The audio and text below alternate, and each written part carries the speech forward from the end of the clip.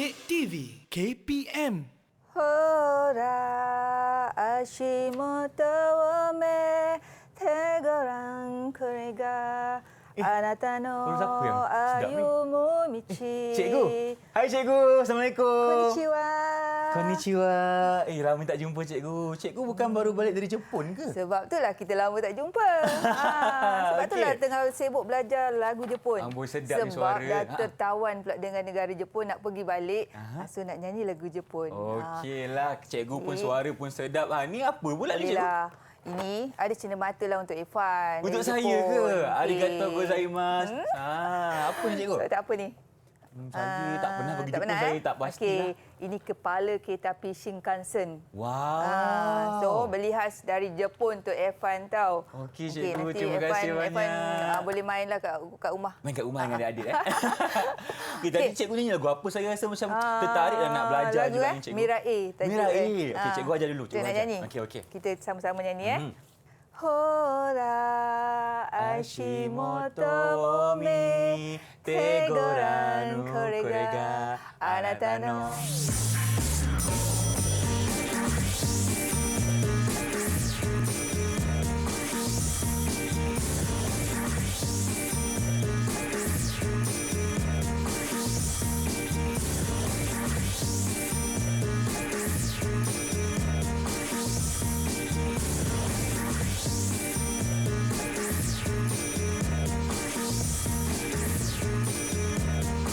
Hello, Assalamualaikum. Salam sejahtera kepada anda semua yang sedang menyaksikan Didik TV KPM bersama saya hari ini, Irfan Syahmi. Saya mendoakan agar rakan-rakan semua yang berada di rumah dalam keadaan yang baik-baik belaka. Okey?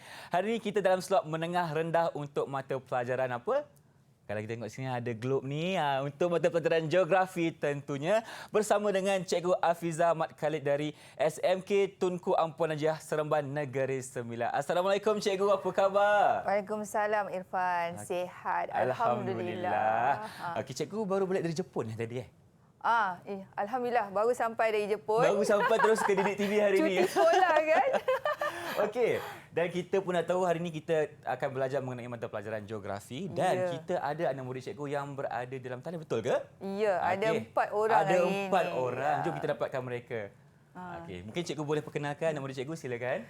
Okey, Assalamualaikum semua murid-murid.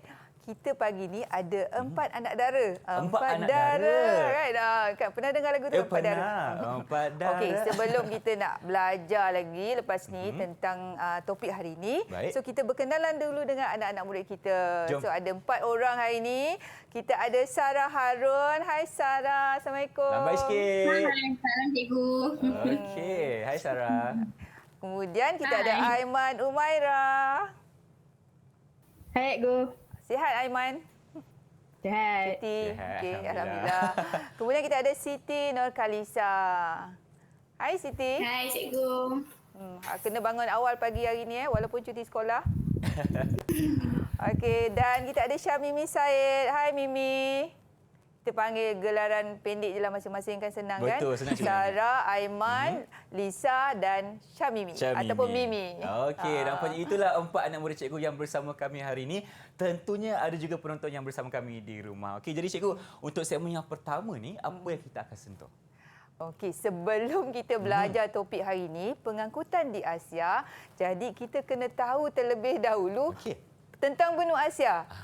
Irfan tahu tak benua Asia? Tahu cikgu. Okey, apa fakta tentang benua Asia kalau Irfan tahu? Okey, kalau fakta tentang benua Asia, negara kita berada di dalamnya cikgu.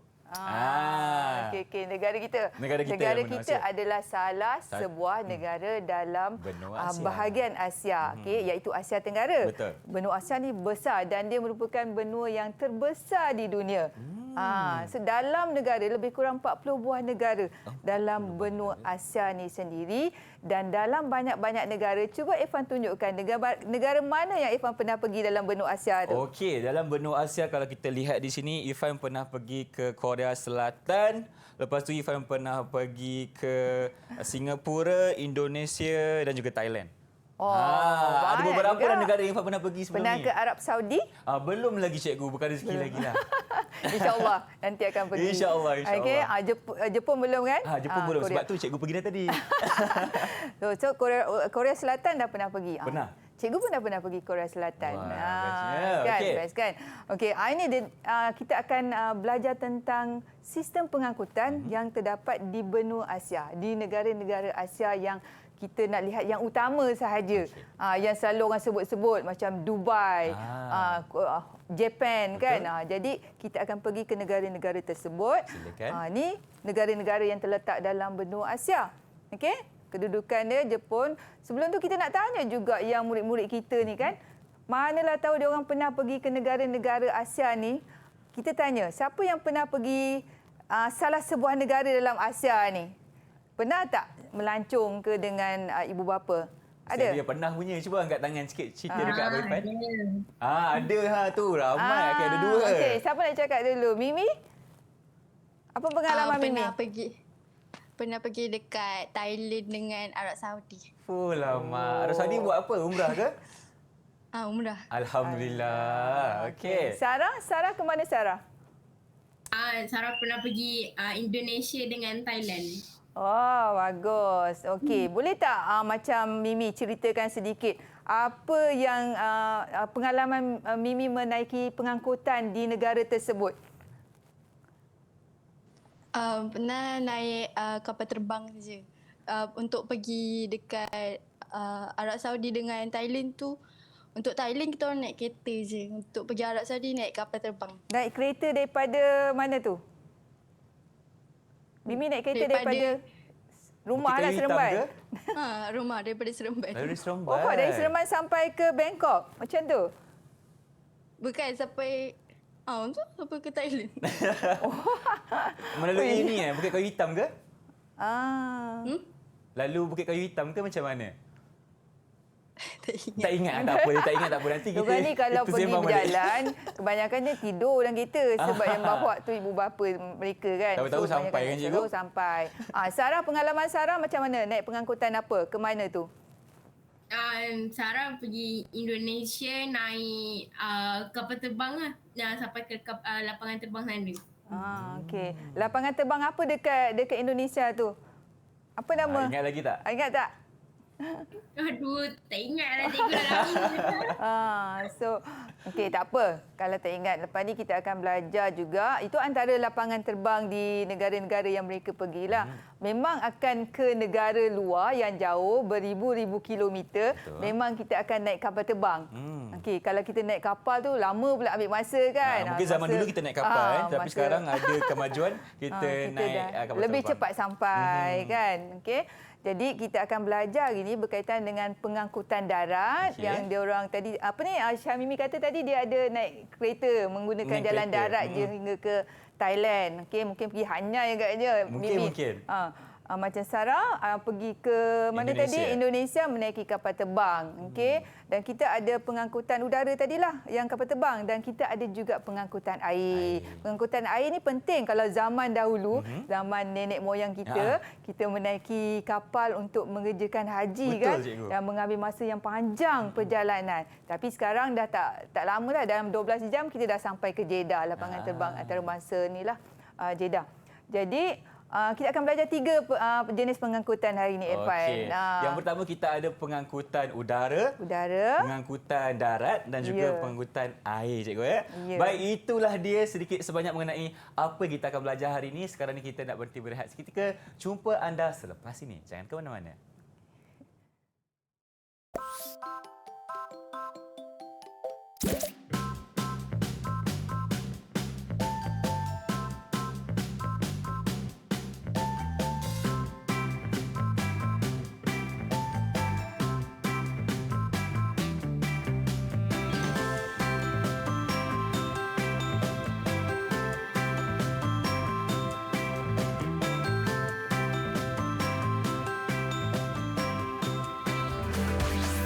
Didik TV KPM.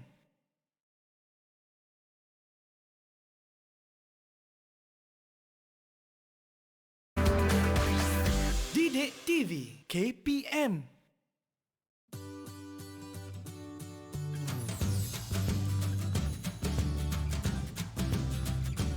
Negara-negara Asia seperti Jepun, China dan Singapura sentiasa mengadakan penyelidikan tentang sistem pengangkutan di negara mereka. Hal ini bertujuan untuk memastikan sistem pengangkutan lebih efisien, menepati keadaan semasa dan membantu mengurangkan kesesakan lalu lintas di negara masing-masing.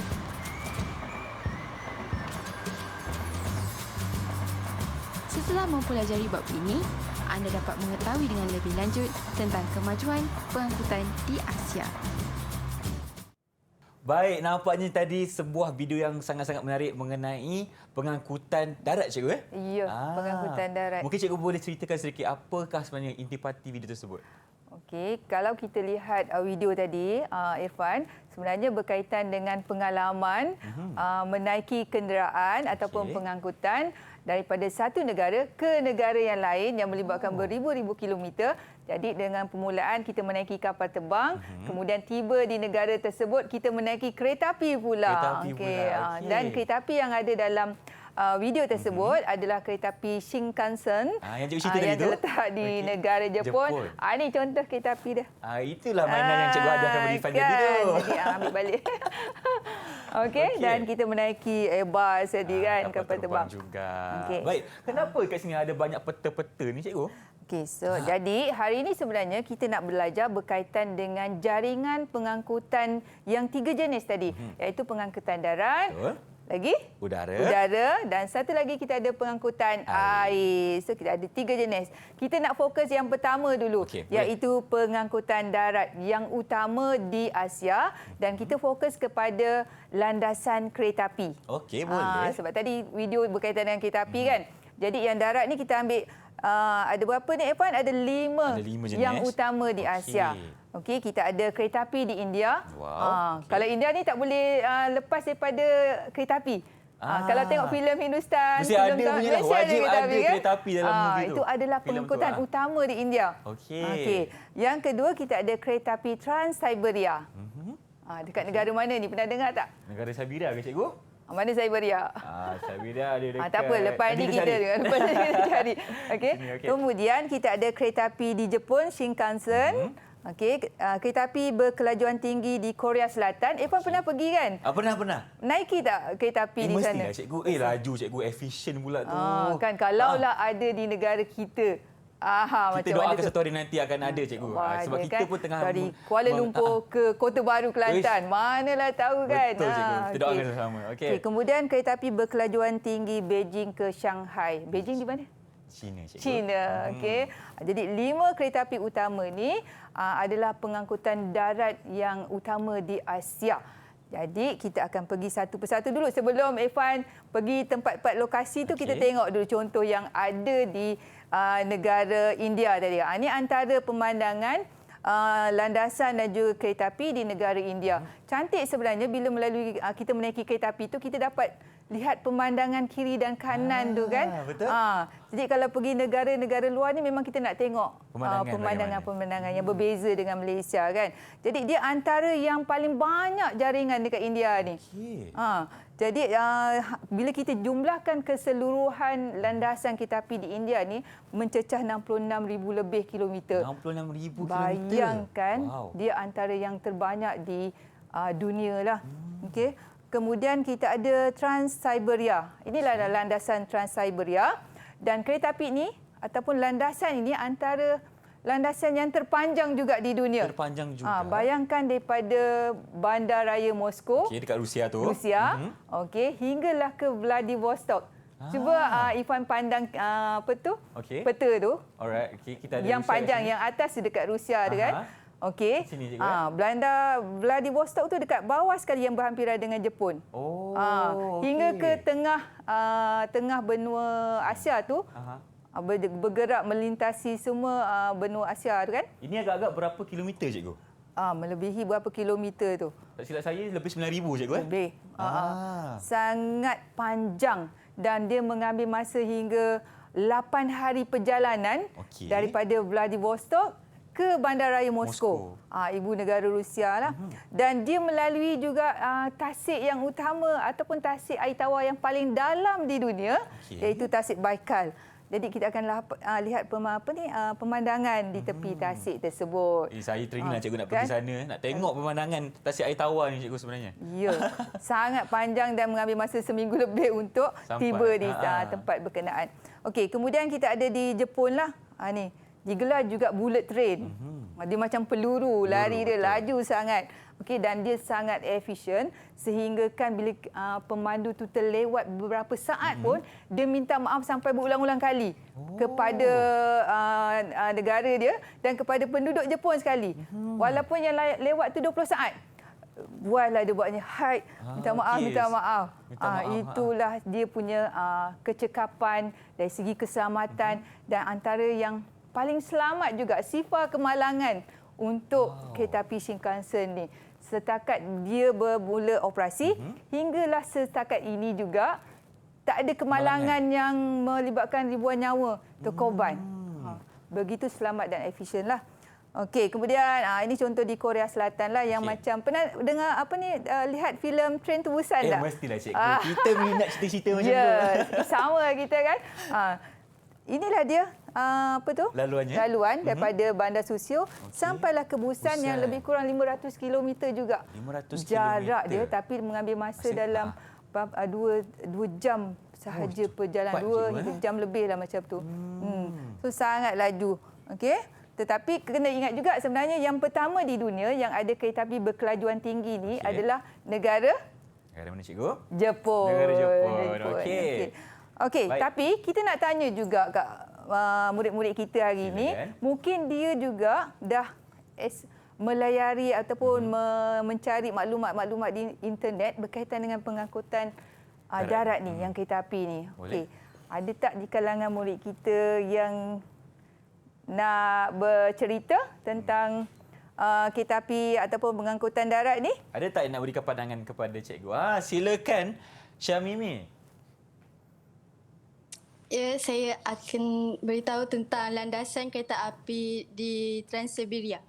Oh, Silakan. Landasan kereta api ni sepanjang 9,288 km yang menganjur dari Moskow ke Vladivostok. Dia punca pembinaan landasan kereta api ni sebab Siberia ni dia mengalami sistem transportasi yang buruk. Itulah sejarahnya cikgu. Sebab dia negara yang sangat besar, Irfan. Jadi pergerakan dia tu dan dia banyak salji. Rusia ni kan terletak di bahagian utara benua Asia kan. Jadi negara sejuk yang bersalji. Jadi salah satu cara untuk dia bergerak mobile ke satu tempat kereta api tu yang paling mudah untuk dibina. Kalau nak guna kereta pun agak susah cikgu. Agak susah. Okey, sebab negara bersalji kan. Terima kasih Mimi. Ada lagi tak yang nak bercerita tentang pengangkutan darat di Asia? Ada lagi? Okey, tak ada cikgu buat masa sekarang. Tak ada. Okey, dia macam tergamang dengar ni kan fakta-fakta tadi kan. Masing-masing tengah proses lagi. Okey. Cuba Irfan, kita ada berapa jenis tadi kan? Ada 5 cikgu. 5. Okey. Yang mana satu yang Irfan ingat? Okey, yang saya ingat sebab cikgu pun pernah pergi ke sana, Irfan ingat landasan kereta api Shinkansen cikgu. Shinkansen. Boleh saya tulis ke? Boleh. Okey, tengok betul ke salah? Okey, ni dekat negara Jepun, ikut peta dekat sini. Ini adalah bullet train yang cikgu cakapkan tadi. So, Irfan tulis dekat sini. Landasan kereta api Shinkansen. Okey. Betul? Betul. Ingat tak keistimewaan dia kalau Irfan masih ingat lah. Apa istimewanya bullet train ni? Yang cikgu cakap tadi, keistimewaannya adalah kereta api Shinkansen ni dia berkelajuan tinggi, satu, efisien lagi. Lepas tu yang paling penting, selamat. Ya, betul-betul. Dia bergerak landasan yang pertama kali adalah daripada bandaraya ataupun metropolitan Tokyo hinggalah ke bandar Osaka, bandaraya Osaka. Okey, dengan jarak melebihi 480 kilometer. Wow. Tapi mengambil masa hanya 2 jam setengah saja untuk sampai daripada Bandaraya Tokyo ke Bandaraya Osaka. Dan sangat menitik beratkan mengenai masa, cikgu. Ya, Lambat sangat sedikit satu saat masa pun akan minta ya. maaf kepada semua penduduk Jepun. Ya, betul. Okey, sangat-sangat efisien dan cekap dan sangat selamat. Itu pengangkutan darat. Jadi, yang lain cuba Sarah ataupun siapa-siapalah kan, Sarah, Aiman, Lisa untuk namakan tempat-tempat yang cikgu tunjuk. Nampak tak? Okey, apakah nama landasan kereta api yang bernombor 1? Siapa nak teka ataupun nak siapa nak teka? jawab? Silakan. Nombor 1. Nombor 1. Apa nama lapangan terbang tersebut? Ingat balik peta. Lapangan terbang pula. Kereta api. Kita Kereta belum api. masuk lagi kapal terbang. Belum lagi, cikgu. Kejap lagi. Sekarang ni kita tengok pengangkutan Kereta darat api. Okey, apa nama? Saya Silakan, Sarah. landasan kereta api India. Okey, betul. Ini landasan kereta api India. Okey, Okey, kemudian kita tengok yang nombor 2. Nombor 2. Siapa nak jawab? Apa nama landasan kereta api Saya. tersebut? Lisa. Silakan, Lisa. Landasan kereta api Trans-Siberia. Bagus, Lisa. Trans-Siberia iaitu landasan yang Panjang. panjang di benua Asia. Okey, ada satu lagi kita tanya. Aiman. Yang bernombor 5, Aiman. Apa tu, Aiman? Apa, Aiman? Kat mana tu, Aiman? Ya, go. Dia perlukan masa je kejap. Dia macam Cik macam. Silakan, Sebab dah Aiman. lama cuti kan. So nak. Apa, Aiman? Cari jap. Cari kejap. Ya, go. Apa nama? Kalau yang lain boleh tolong? jap. Dah. Berapa nombor 5 tadi? Ya, betul. Nombor 5. Ya, nombor 5, landasan kereta api berkelajuan tinggi Beijing-Shanghai. Ya, Oh, tepat Beijing ke sekali. Shanghai. Bagus. Okey.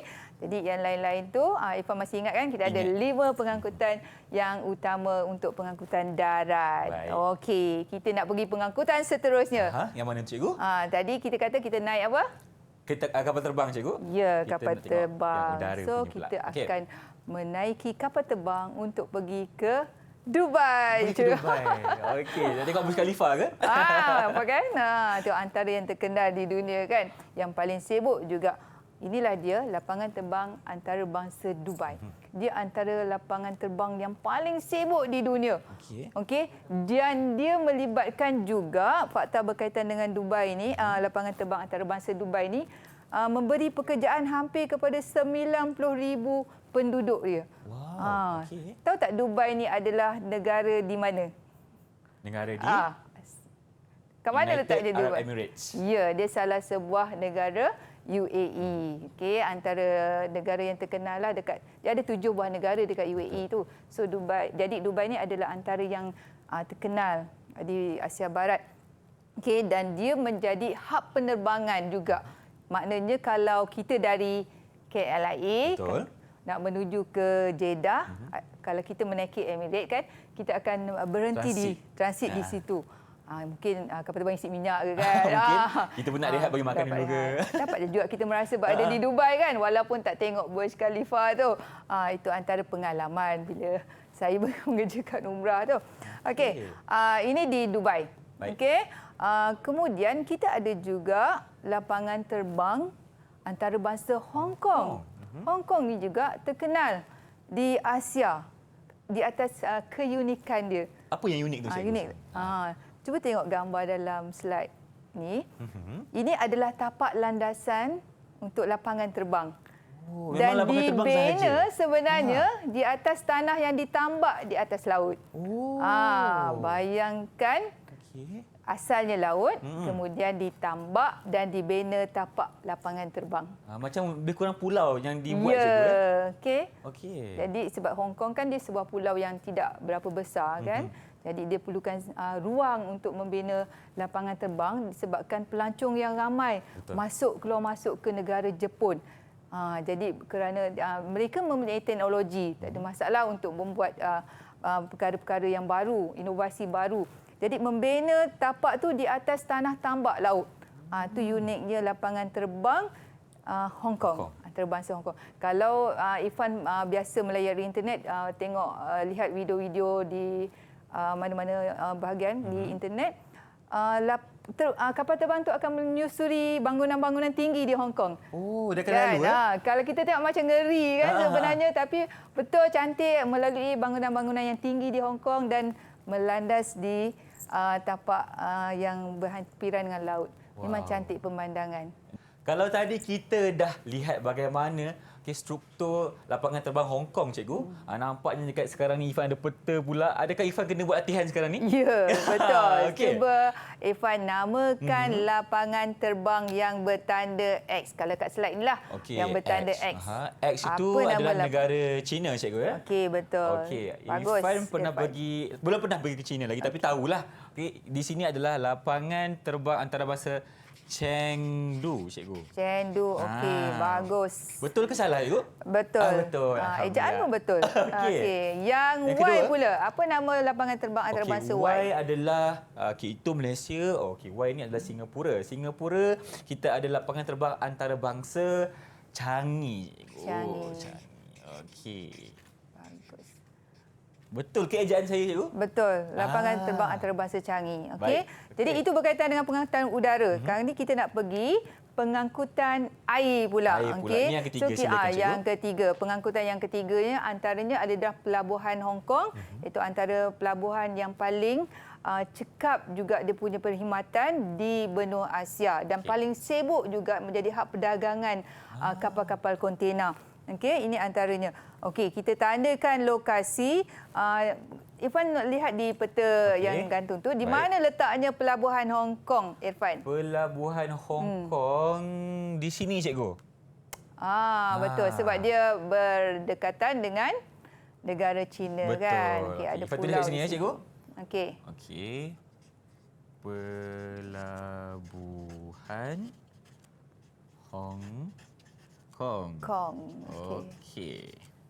Baik. Betul, Irfan. Itulah dia lokasi untuk pelabuhan Hong Kong dan juga ada juga pelabuhan di beberapa negara, iaitu di negara India, di Jepun sendiri, okey, di Indonesia dan Singapura pun ada, cikgu ya? Ya, Singapura pun antara yang paling sibuk di dunia dan paling utama di benua Asia. Okey, kita nak teruskan kita punya tajuk hari ini tentang kemajuan pengangkutan di Asia dengan mengambil contoh beberapa jenis yang terkenal, iaitu kita ambil Shinkansen di Jepun, kemudian pelabuhan Hong Kong dan juga lapangan terbang antarabangsa Dubai. Jadi kita telah meminta untuk murid kita ni mencari maklumat-maklumat supaya mereka ni tahu sendiri apakah istimewanya ketiga-tiga jenis pengangkutan tersebut. Kita mulakan dengan Shinkansen.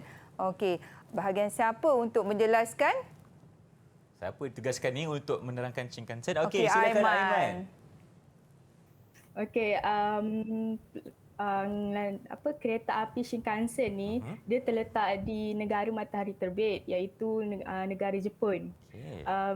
Shinkansen ni dia ialah pengangkutan kereta api berkelajuan tinggi ataupun dikenali sebagai bullet train paling cekap dan efisien di Jepun. Kelajuan dia purata lebih kurang 320 km per jam. Kereta api Shinkansen ni dia menghubungkan 4 pulau utama, iaitu Hokkaido, Honshu, Shikoku dengan Kyushu yang ada dekat Jepun.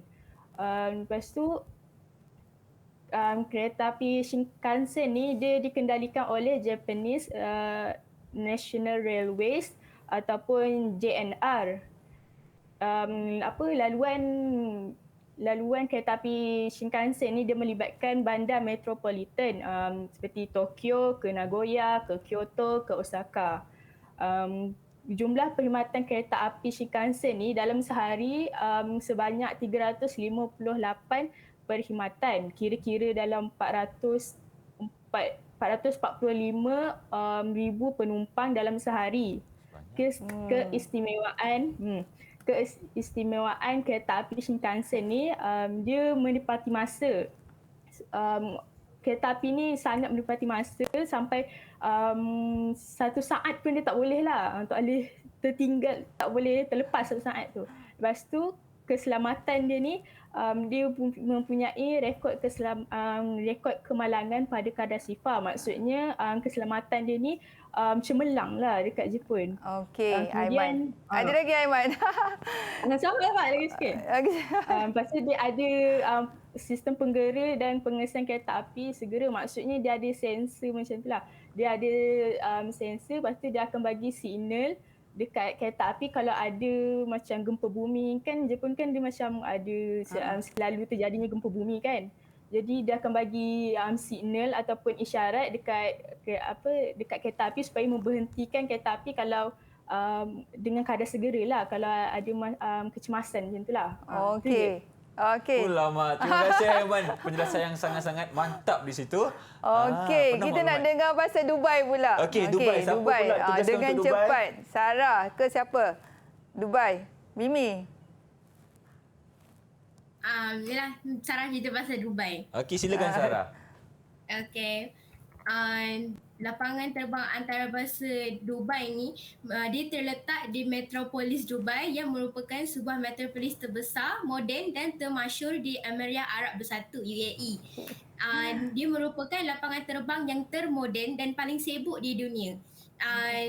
Lapangan terbang ni dia diuruskan oleh Dubai Airports dan mempunyai 3 terminal yang berkemampuan menampung kapasiti sebanyak 90 juta penumpang setahun, dan dia merupakan hub penerbangan yang terbesar di Asia Barat, ketiga terbesar di dunia selepas Beijing dan Atlanta. Okey, bagus terima kasih, Sarah. Maklumat Sarah tu kan. Okey, berkaitan dengan Dubai. Kita pergi mana pula? Satu lagi, Hong Kong. Okey, ada maklumat untuk Hong Kong? Okey, Mimi. Saya. Hong Kong ialah antara pelabuhan hub yang menghubungkan perdagangan di rantau Asia Tenggara dan Asia Timur. Kepentingan Hong Kong ni punya pelabuhan, dia menjadi pintu masuk ekonomi utama di pedalaman China. Selain itu, antaranya pelabuhan yang mengenakan duty pelabuhan yang rendah. Okey.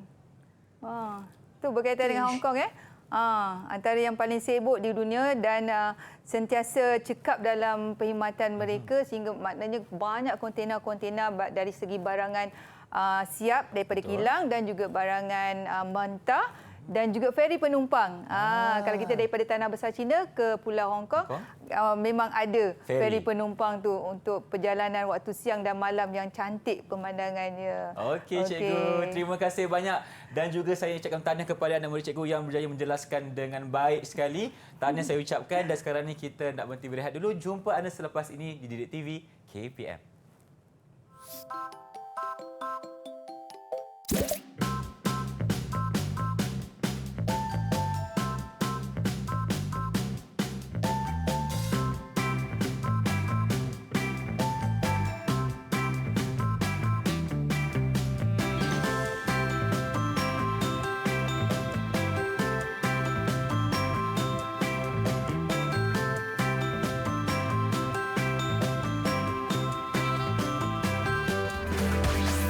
Didik TV KPM.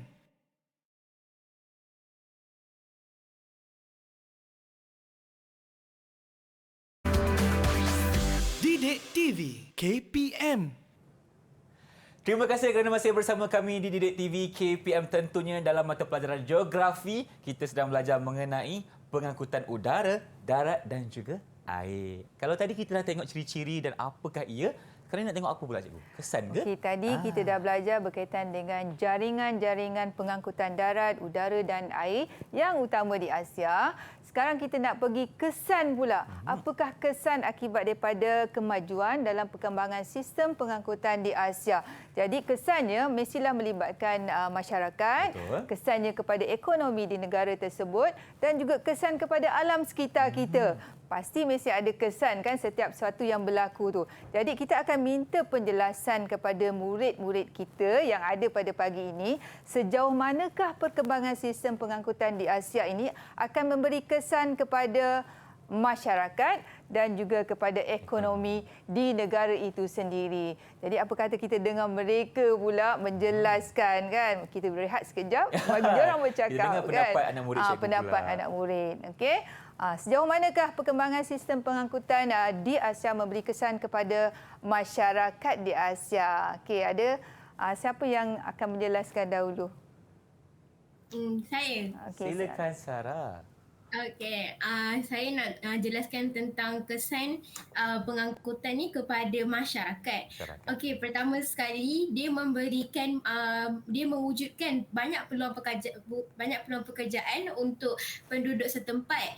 Kadar dengan ini kadar pengangguran penduduk akan menurun kerana kerana wujud pelbagai sektor pekerjaan dalam urusan pengangkutan tersebut, dalam pengangkutan udara, air dan dengan pengangkutan tadilah. Yang kedua, kesan dia boleh mengurangkan kesesakan lalu lintas. Kemajuan teknologi yang lebih mudah dan pantas menggalakkan orang awam untuk menggunakan perkhidmatan awam berbanding menggunakan kenderaan sendiri untuk mengurangkan kesesakan lalu lintas, terutamanya di bandar.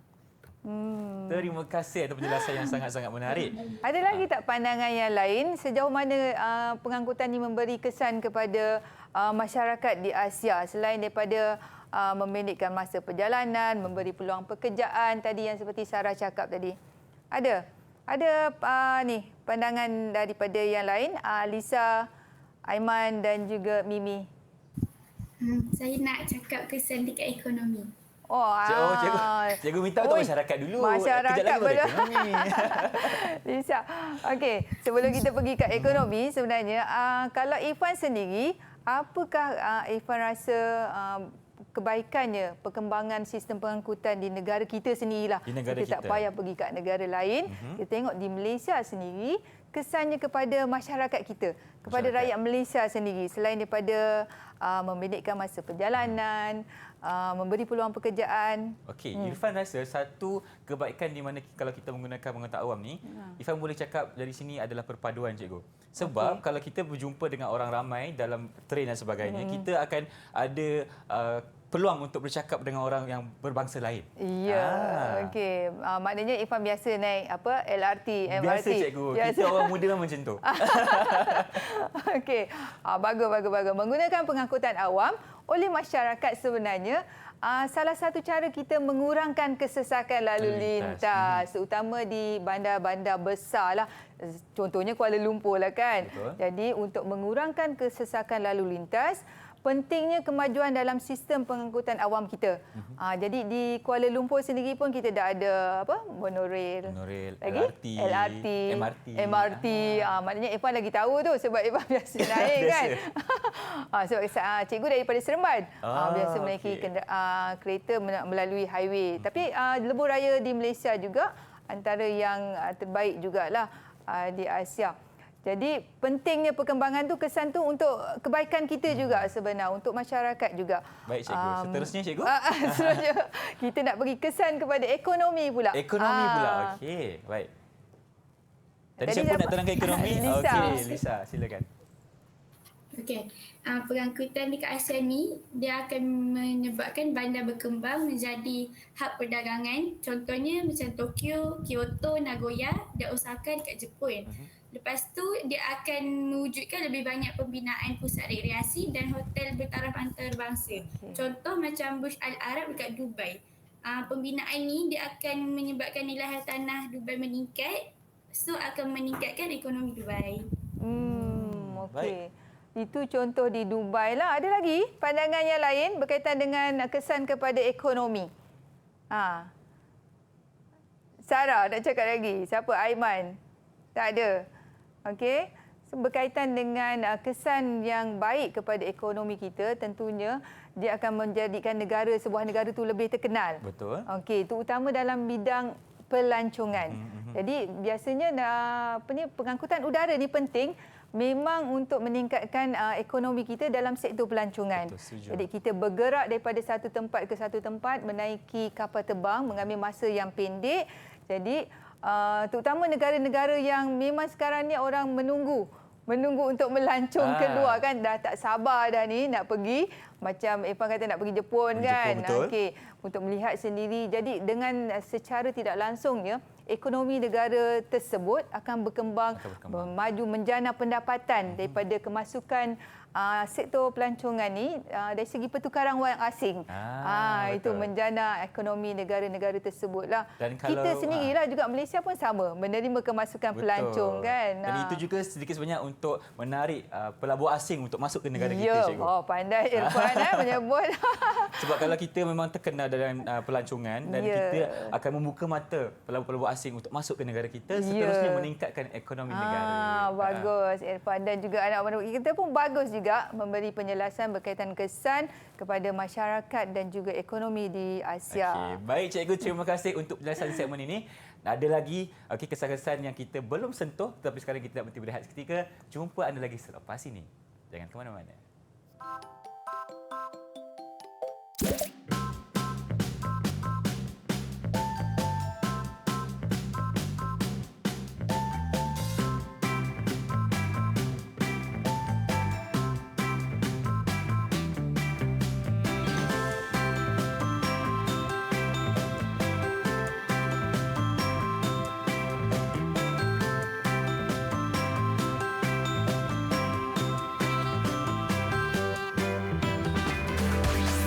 Didik TV KPM.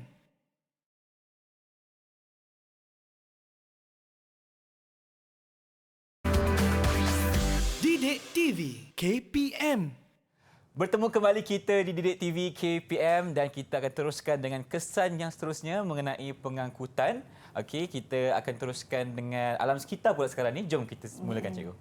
Okey, tadi kita dah lihat sejauh mana sistem pengangkutan di Asia memberi kesan kepada masyarakat dan juga ekonomi.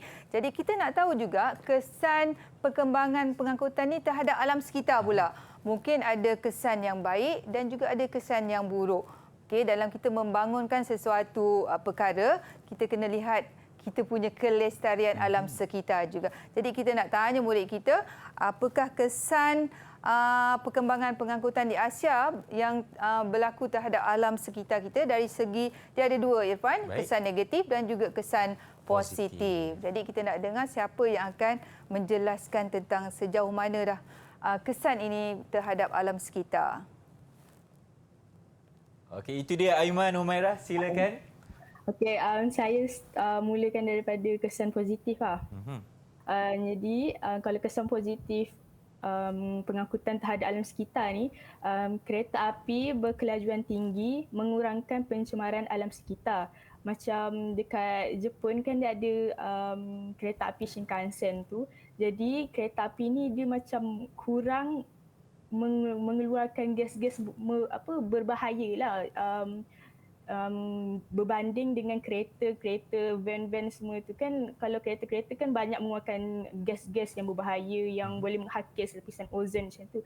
Jadi penggunaan kereta api berkelajuan tinggi ni amatlah berguna untuk orang awam untuk untuk mengurangkan pencemaran alam sekitar. Kemudian perubahan landscape yang menarik dan mesra alam di kawasan sekitar. Kalau dekat Jepun, dia ada macam di sekitar dia ada macam dia ada tanam-tanam bunga sakura, pokok-pokok yang lain. Sebab dia macam nak melestarikanlah tempat sekitar dekat kawasan-kawasan sekitar dia lah. Jadi dia dapat menarik pelancong lain datang. So dia dapat meningkatkan ekonomi negara itulah. Kemudian kita teruskan dengan kesan negatif pula. Negatif pula. Jadi positif. Kesan positif, negatif pula. Silakan.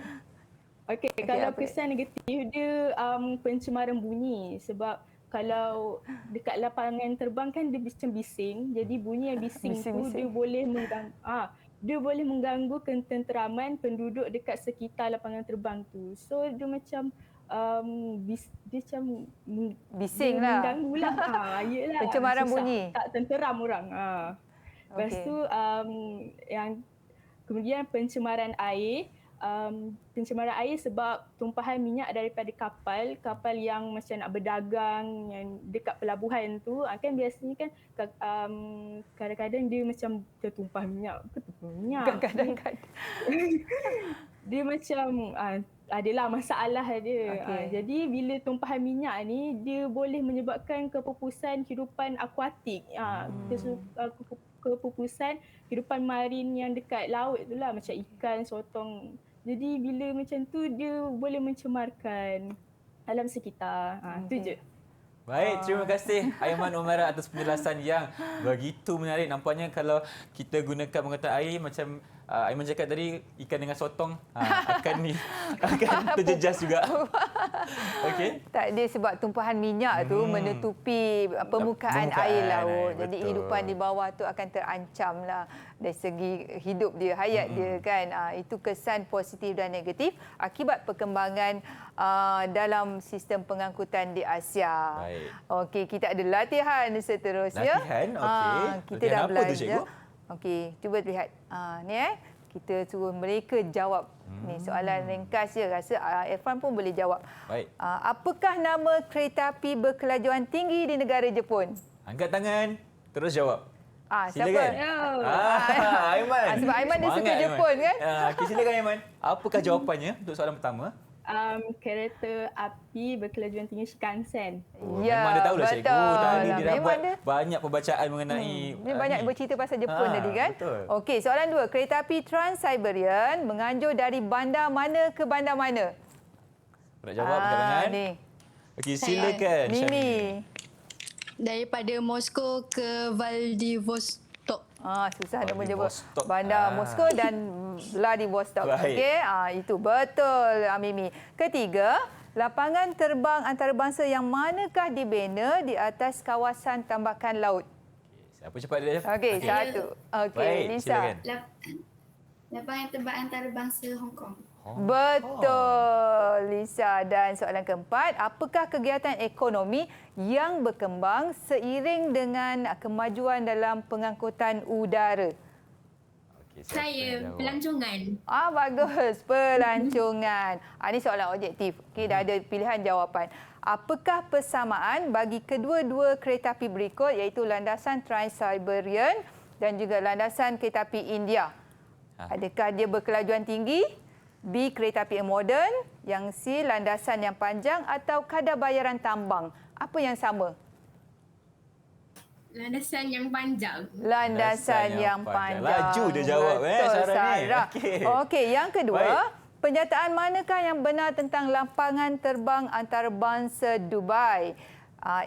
Menghubungkan kawasan luar bandar. B. Terletak atas tapak tambakan laut. C. Mempunyai 3 terminal utama. Dan D. Hub penerbangan terbesar di dunia. Okey. C. 3 terminal. Okey, dia memang ada 3 terminal utama Apa di tu cikgu? Dubai. Kalau cikgu boleh ceritakan. Dia memang nama dia ABC. ABC. Okey. Tapi sebenarnya ada nama syekh-syekh lah untuk setiap lapangan terbang. Dan lapangan terbang yang kita biasa, kalau kita ke Dubai, dia akan berhenti di Terminal 3.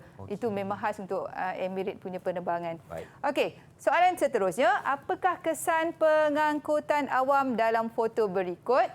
A. Mengubah lanskap luar bandar. B. Mengurangkan kesesakan lalu lintas. C. Meningkatkan darjah ketersampaian. Dan D. Memudahkan migrasi penduduk.